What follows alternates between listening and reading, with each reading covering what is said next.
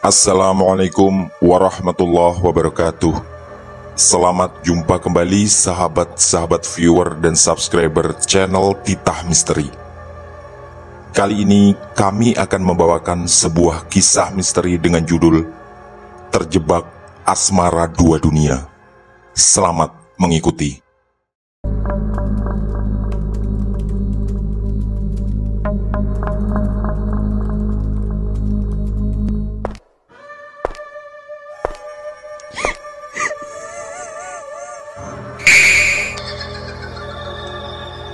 Jangan pernah mengikuti kisah ini sendirian.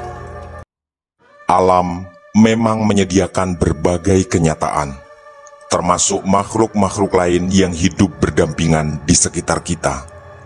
Jawa Tengah 1986. Sore itu Wawan duduk merenung di teras rumahnya. Ada kejadian yang tak bisa dilupakan. Tadi malam dia bertemu seorang gadis cantik penjaga warung kopi di kawasan Alas Roban.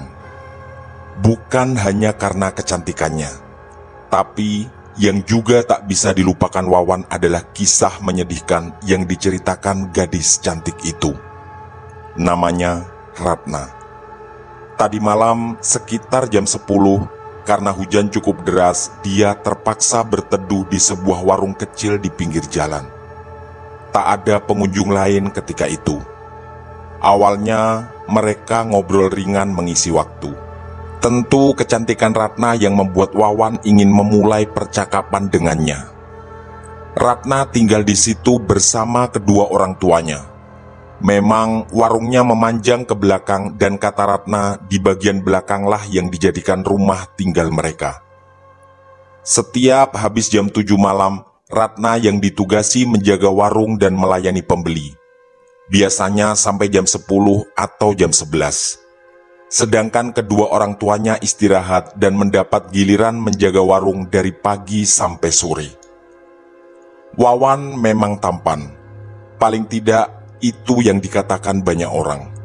Mungkin karena itu pula Ratna juga menikmati obrolan malam itu.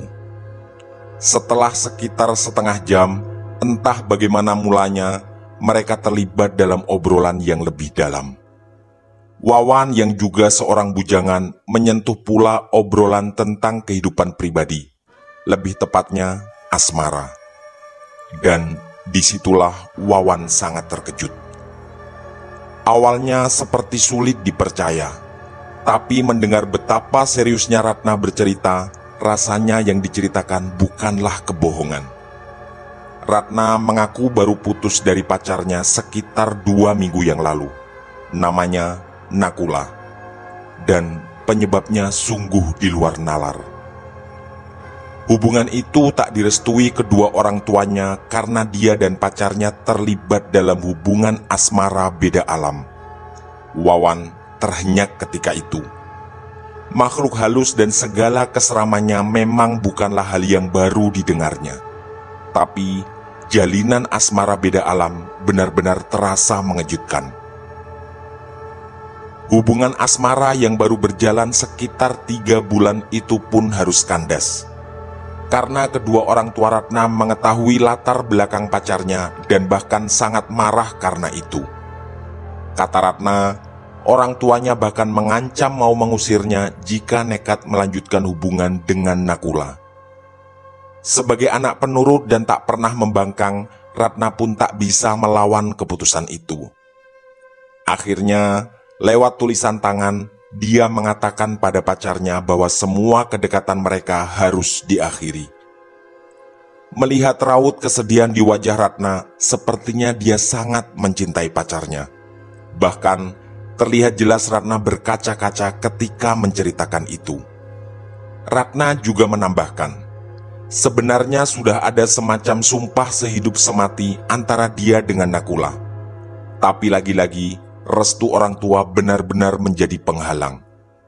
Dia bahkan merasa takut karena harus melanggar sumpah dengan Nakula. Ada rasa kasihan yang terlintas di hati Wawan.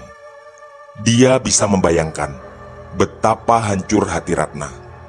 Entah setelah berapa lama pacaran, dia baru tahu bahwa jalinan asmara yang sedang berjalan melibatkan dua alam yang berbeda. Selain rasa kasihan, ada juga hal lain. Wawan sangat menyukai Ratna, dan ada keinginan di hatinya untuk menggantikan posisi Nakula sebagai pacar Ratna. Melihat sikap Ratna sepanjang percakapan, terasa sekali dia adalah cewek sopan yang lemah lembut. Wawan optimis, dia akan bisa menaklukkan kedua orang tuanya dengan menjaga sikap dan perilakunya ketika ngobrol suatu saat dengan mereka. Wajah Ratna terus terbayang di otaknya. Apalagi tadi malam, entah karena mulai ada rasa suka di hatinya, dia bermimpi Ratna datang. Berbusana anggun dan sopan, melambaikan tangan padanya dan di bibirnya tersungging senyuman yang sangat manis. Jarak warung itu sebenarnya lumayan jauh, sekitar 10 kilo dari rumah Wawan. Dan tadi malam dia sampai di sana hanya karena ingin berteduh dari derasnya hujan. Tapi keinginan memandang wajah Ratna dan ngobrol dengannya kini terlalu kuat. Wawan memang belum pernah pacaran. Beberapa kali dia menyukai wanita, tapi rasanya tak pernah sekuat ini. Selama ini memang ada kendala serius. Dia tak cukup punya nyali ketika berhadapan dengan wanita. Banyak temannya bahkan mencibir dia dengan kalimat-kalimat yang sebenarnya cukup mengganggu pikiran, bahwa wajah yang tampan tak ada gunanya jika tak bisa menaklukkan wanita. Wawan pun memutuskan untuk kesana lagi nanti malam. Dia yakin Ratna juga menikmati obrolan yang sampai jam 11 tadi malam. Cewek secantik Ratna sangat layak diperjuangkan, dan dia harus benar-benar mempersiapkan nyali untuk itu. Sekitar jam 7 malam, Wawan berdandan dan bersiap berangkat. Kebetulan bulan lalu dia baru membeli sepeda motor, hasil dari jerih payahnya berjualan ikan di pasar, yang semua ilmu tentang itu dipelajari dari kedua orang tuanya. Sejak Wawan kecil, orang tuanya memang berjualan ikan di pasar. Dan dengan itu pula, beliau berdua memenuhi kebutuhan hidup, termasuk untuk Wawan dan kedua adiknya. Sekitar 200 meter sebelum warung Ratna, Wawan menghentikan sepeda motor. Ternyata warung itu terlihat cukup ramai. Wawan tak ingin ke sana sekarang. Niatnya hanya satu, ngobrol hanya berdua dengan Ratna, dan dia harus rela menunggu warung itu sepi agar tidak ada yang mengganggu obrolan mereka nantinya.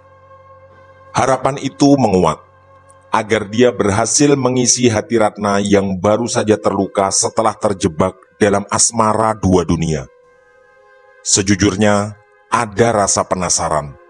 Sosok seperti apa Nakula, sehingga bisa membuat Ratna begitu jatuh cinta, padahal dia berasal dari alam lain. Juga bagaimana awalnya sampai bisa terjalin hubungan asmara dua dunia itu. Perlahan, gerimis turun dengan syahdu. Tapi karena tidak terlalu deras, Wawan cukup terlindung dengan berteduh di bawah pohon besar. Walau udara dingin mulai terasa. Sekali lagi, hati Wawan berkata, cewek secantik Ratna sangat layak diperjuangkan. Setelah menghabiskan 2 batang rokok, terlihat beberapa orang keluar dari warung Ratna. Dan karena dari kejauhan Ratna terlihat sendiri, Wawan segera bergegas ke sana. Ada kelegaan luar biasa begitu Ratna menyambutnya dengan senyuman sangat manis.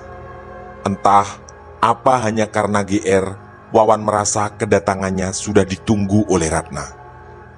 Dan seperti tadi malam, setelah memesan kopi, mereka terlibat pembicaraan yang hangat.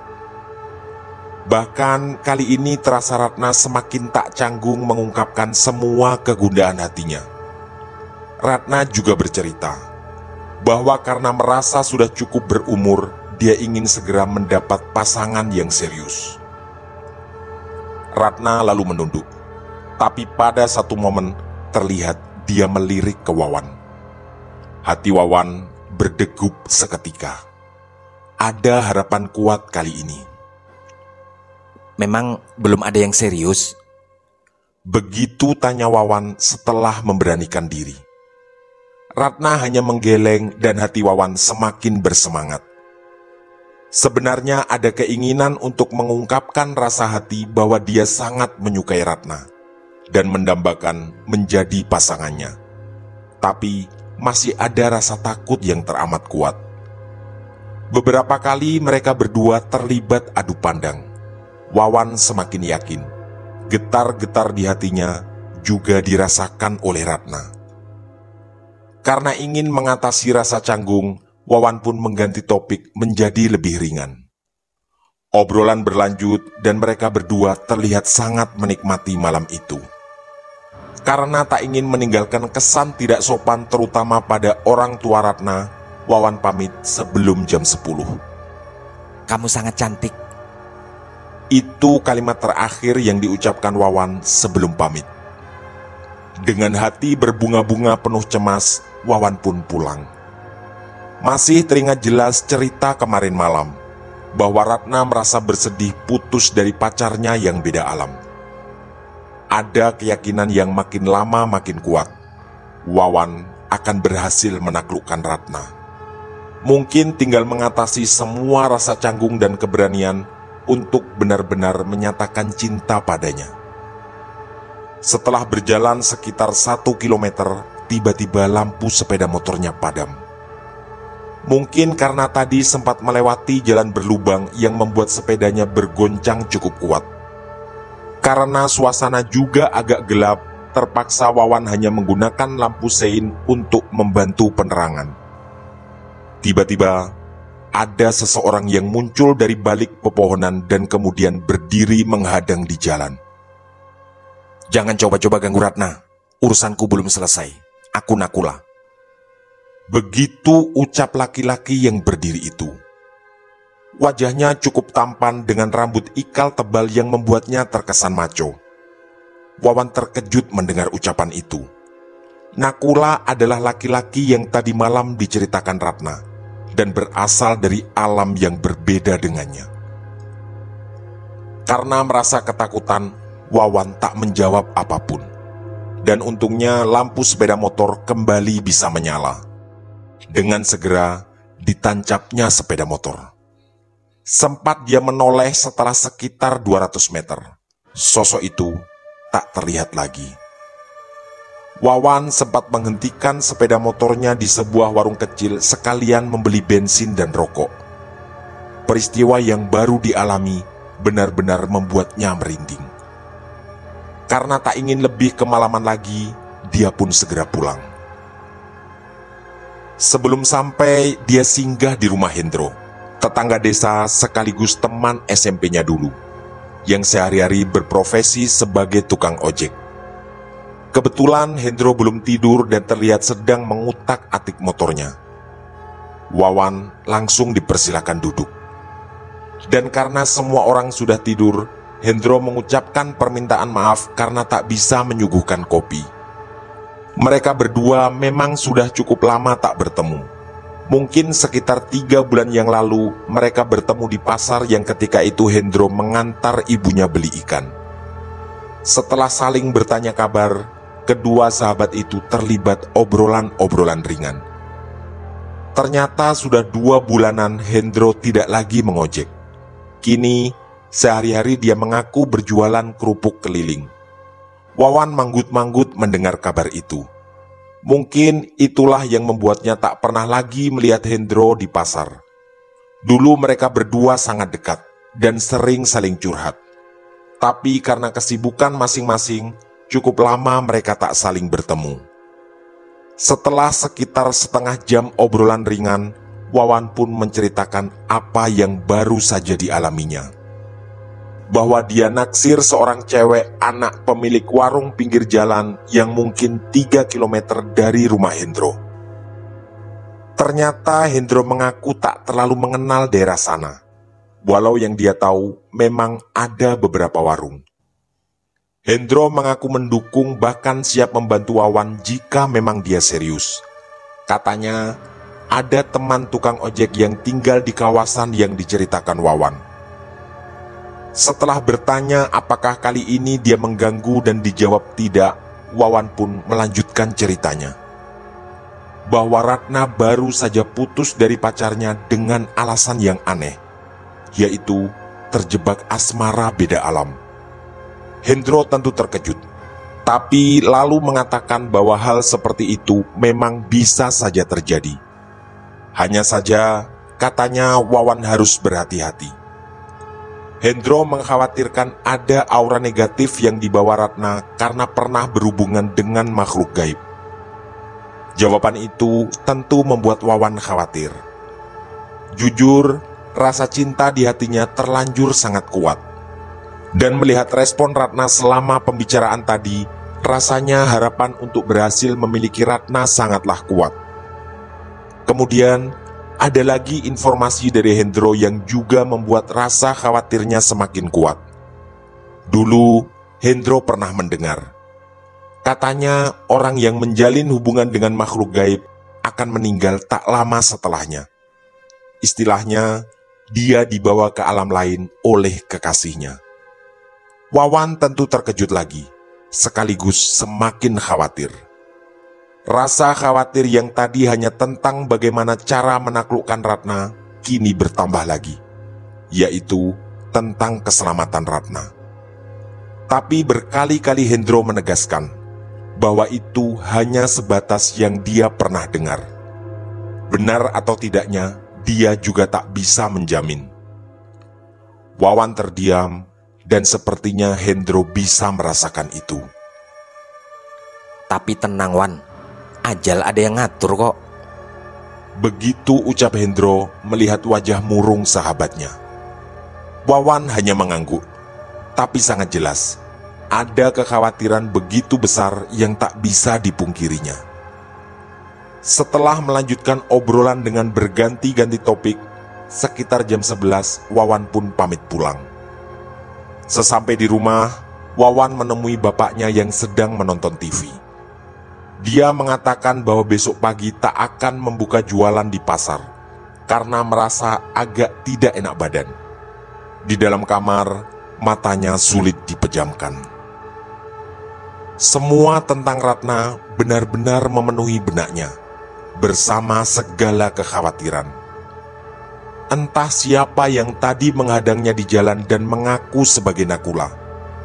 Apa benar dia sosok makhluk dari alam lain yang dulu menjalin cinta dengan Ratna? Teringat jelas ketika sosok yang mengaku Nakula itu mengancamnya karena katanya urusan dengan Ratna belum selesai.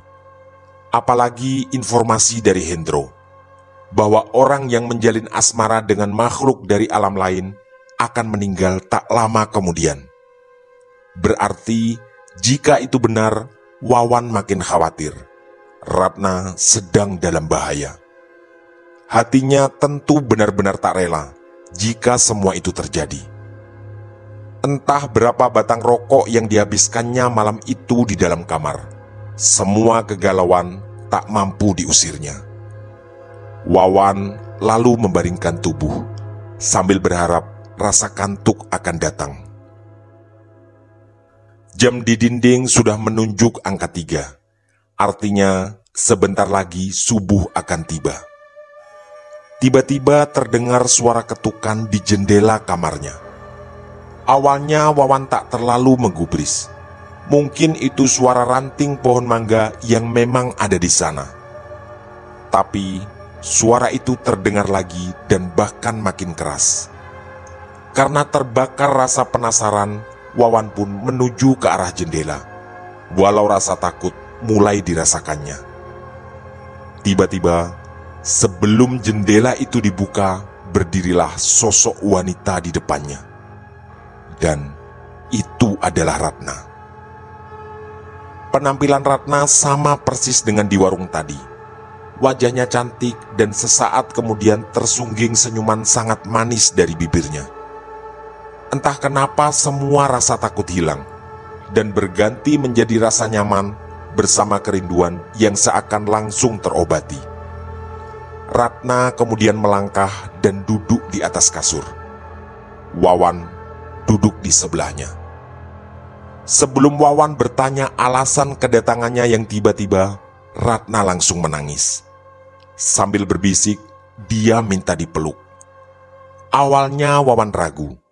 Belum pernah seumur hidupnya dia berada dalam situasi seperti ini. Tapi akhirnya Wawan menuruti permintaan Ratna. Tak lama kemudian, tangis Ratna berhenti. Lalu meluncurlah kalimat lain dari bibirnya. Segera lamar aku, Mas, sebelum semuanya terlambat. Wawan terhenyak dan lalu mengendurkan pelukan. Ditatapnya wajah Ratna yang tetap terlihat sangat cantik itu. Lalu, entah kekuatan apa yang menuntun, Wawan mendekatkan bibirnya. Ada keinginan yang datang tiba-tiba, yaitu mencium bibir Ratna. Belum sempat bibir Ratna tersentuh, Wawan pun terbangun. Ternyata semuanya hanya mimpi. Dan hangatnya sinar mentari mulai terasa masuk ke kamarnya. Wawan bangun kesiangan. Dia lalu segera bergegas ke kamar mandi. Bapak dan ibunya pasti sudah di pasar, karena mereka berdua tak terlihat. Jam dinding ruang tamu menunjukkan angka 9:12 menit. Setelah mandi dan berganti baju, Wawan membuka tudung nasi di dapur. Sebenarnya itu adalah salah satu kesukaannya. Ibunya menyediakan pecel dengan telur mata sapi. Tapi nafsu makannya serasa tiba-tiba hilang. Wawan lalu membuat kopi dan menikmatinya sambil merokok di kursi ruang tamu. Mimpi yang baru dialami masih teringat dengan jelas. Sepertinya apa yang diucapkan Ratna selaras dengan informasi dari Hendro. Setelah berusaha merangkai semuanya, Wawan semakin khawatir bahwa mungkin Ratna benar-benar dalam bahaya karena dia telah menjalin asmara beda alam. Ada keinginan kuat di hatinya bukan hanya untuk memiliki Ratna, tapi sekaligus menyelamatkannya. Jika memang apa yang dikatakan Hendro adalah benar adanya. Dia berharap, jika berhasil segera menikahi Ratna, dia akan terlepas dari semacam kutukan itu. Akhirnya, setelah memikirkan berbagai pertimbangan, rencana disusun. Nanti malam dia akan ke warung Ratna dan mengungkapkan perasaan cintanya. Dia begitu yakin Ratna pasti akan menerima. Lalu, sepulang dari sana, dia akan singgah lagi ke rumah Hendro. Mungkin ada informasi penting lain yang juga bisa didapat dari sana. Sepulang dari rumah Hendro, dia akan menuju rumah Mbah Karto, kakak kandung dari kakeknya yang selama ini sering dimintai pendapat orang tentang hal-hal seperti itu.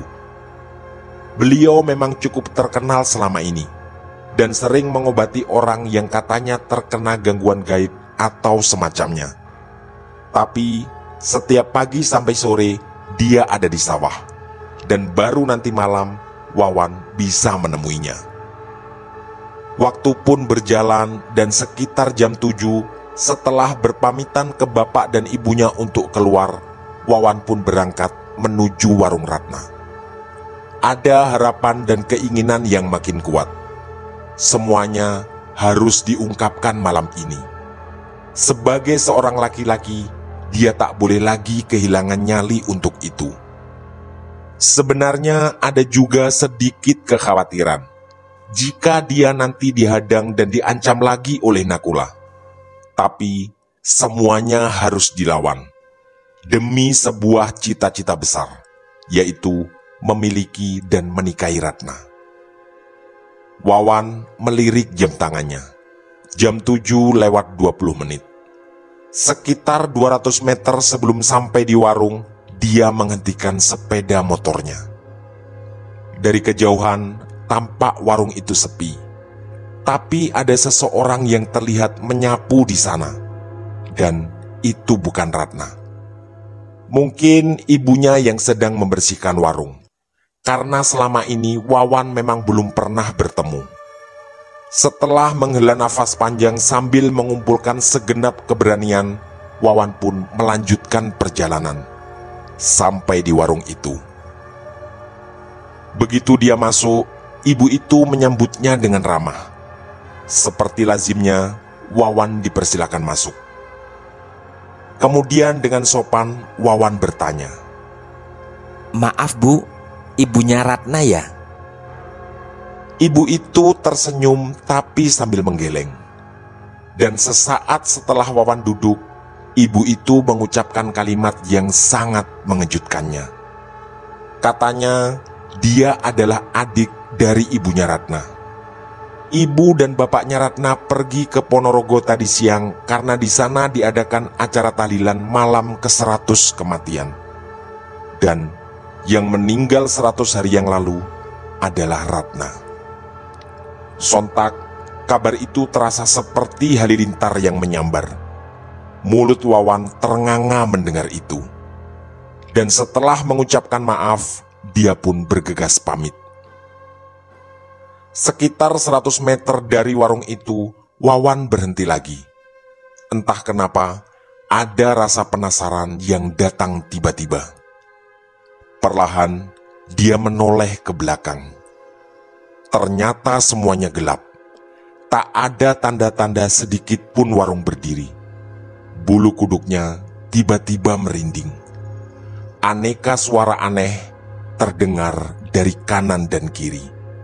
Begitu banyak, dan satu di antaranya adalah suara Ratna. Mas, jemput aku. Tanpa berpikir panjang, Wawan segera memacu sepeda motornya. Dengan segala ketakutan, tujuannya kali ini jelas, yaitu ke rumah Hendro. Rasanya semua keanehan ini segera ingin dicurahkan pada Hendro. Sesampai di sana, Wawan langsung disambut Pak Heru, bapaknya Hendro yang juga sangat mengenalnya, karena Wawan memang beberapa kali berkunjung ke rumah itu. Setelah dipersilakan duduk, Wawan pun menanyakan di mana Hendro, karena ada sedikit urusan. Lagi-lagi, Wawan mendengar sesuatu yang sangat mengejutkan. Kata Pak Heru, Hendro sudah berangkat ke Kalimantan minggu lalu. Merantau ke sana diajak oleh salah satu temannya. Katanya dia mau bekerja di perkebunan sawit. Tentu, ini sangat mengejutkan. Jelas-jelas tadi malam dia ngobrol panjang lebar dengan Hendro. Wawan pun manggut-manggut dan berusaha menyembunyikan keterkejutannya. Walau semua rangkaian kejadian ini benar-benar mengacaukan pikiran. Akhirnya, dengan sopan, Wawan pun segera berpamitan. Dia cuma menitipkan salam kalau suatu saat Pak Heru berkirim surat pada Hendro. Lagi-lagi, pikiran Wawan semakin kacau. Terlalu banyak peristiwa hari ini yang berada di luar jangkauan nalarnya. Baru sekitar 1 kilometer berjalan, di depan bangunan sebuah bioskop terlihat ada kerumunan orang. Wawan menduga baru saja terjadi kecelakaan. Dan dugaan itu benar. Di tengah-tengah kerumunan, ada seorang laki-laki terkapar di atas aspal dan tidak bergerak lagi. Di sampingnya, terlihat ada seorang polisi lalu lintas. Wawan pun berusaha mendekat. Mungkin si korban adalah orang yang dikenalnya. Setelah menerobos kerumunan, sampailah Wawan tepat di belakang Pak Polisi. Dan polisi itu memegang sebuah KTP, yaitu KTP dari korban kecelakaan. Setelah berusaha mencari sudut pandang yang tepat, terbaca jelas nama di KTP itu. Dia adalah seorang laki-laki, dan namanya adalah Nakula. Sontak, otak Wawan semakin kacau. Dia benar-benar gagal memahami semua rangkaian ini. Apakah dia adalah Nakula yang Ratna pernah ceritakan? Dan apakah dia juga adalah laki-laki yang pernah menghadang dan mengancamnya di jalan 2 malam yang lalu? Atau semua ini hanya kebetulan belaka? Pertanyaan demi pertanyaan itu tak pernah bisa dijawab oleh Wawan. Dia pun memacu sepeda motornya dan ingin segera pulang. Sesampai di rumah, bapak dan ibunya sepertinya sudah tidur. Wawan membuat kopi dan lalu menikmatinya seorang diri sambil merenung di kursi teras depan. Masih terbayang jelas semua rangkaian yang gagal dipahaminya. Ratna telah meninggal 100 hari yang lalu. Padahal selama 2 malam ngobrol panjang lebar dengannya. Dan Hendro juga sudah berangkat ke Kalimantan. Yang entah siapa yang menemaninya ngobrol tadi malam. Juga Nakula. Andepun apa yang diceritakan Ratna benar, apakah Nakula adalah manusia? Di keremangan bersama rintik gerimis malam itu, Wawan hanya bisa merenung meratapi nasib. Juga meratapi semua kekacauan pikirannya. Dia ingat betul, mendengar kisah asmara beda alam dari Ratna, yang ternyata kini menjeratnya. Dan ada satu kalimat yang akhirnya tertancap dalam hati, yaitu Ratna memang bukan jodohnya. Tamat. Demikian kisah misteri dari kami, Terjebak Asmara Dua Dunia. Semoga kisah-kisah kami cukup menghibur dan menemani sahabat-sahabat semua. Mohon maaf apabila terdapat kesalahan dalam pemilihan atau penuturan kata. Kami dari tim Titah Misteri mengucapkan terima kasih dan wassalamualaikum warahmatullahi wabarakatuh. Pesan saya, jangan bercermin sendirian di tengah malam. Sampai jumpa.